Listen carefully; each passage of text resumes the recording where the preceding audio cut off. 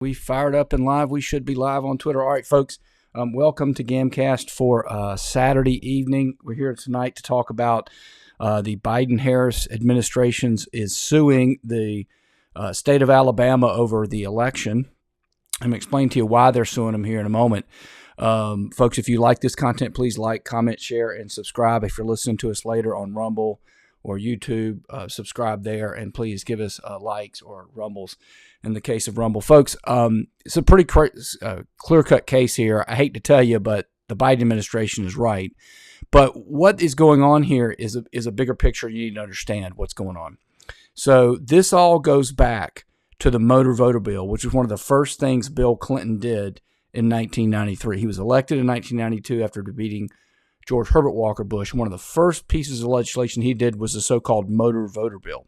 So it turns out Alabama, in the last few weeks, has purged 4,000 illegals from their voter rolls. Okay, when they did that, the Biden administration sued them. Here's the lawsuit right here. It was filed on the 20th. What's strange? It's stamped as if it was filed 9/27, but it says it was actually filed on the 28th. Anyway, doesn't matter. One or the other was filed within there. Usually when you file electronically, you see that blue stamp there. That's when it was technically filed. This black stamp over here, this looks like a hand stamp, so doesn't really matter. Doesn't matter. If you scroll down to the section 14, you'll see the factual allegation, which is really all you need to know. Section 8C2 of the NVRA, so motor vote bill. The quiet period provision specifically directs that a state shall complete not later than 90 days prior to the date of a primary or general election for federal office any program for purpose of which it systematically removes the names of eligible voters from the list of eligible voters. Now, it says it does not preclude, this 90-day period, does not preclude you removing names from the official list of voters by reason of criminal conviction, mental incapacity, or by reason of death. But being illegal, well, that's a problem. And you go back, I said this is a 1993 bill. Here it is, the National Voter Registration Act of 1993, commonly called the Motor Voter Bill.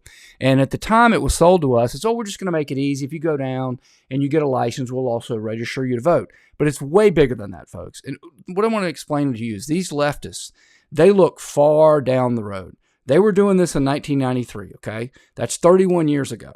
31 years ago, they stuck in all kinds of provisions like this 90-day nonsense. And again, people can say on the left all they want that illegals can't vote. But let me tell you something, the National Voter Registration Act and every other federal law says too. Only the federal government can prosecute illegals or improper voting in federal elections.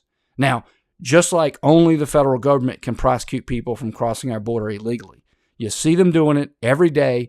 Biden and Harris aren't doing a single thing about it. In fact, when the states tried to do something about it, the Biden administration takes them to court and precludes them. So don't think that you won't see people that have somehow gotten registered, not being citizens, voting, and after it's done, who's going to prosecute it?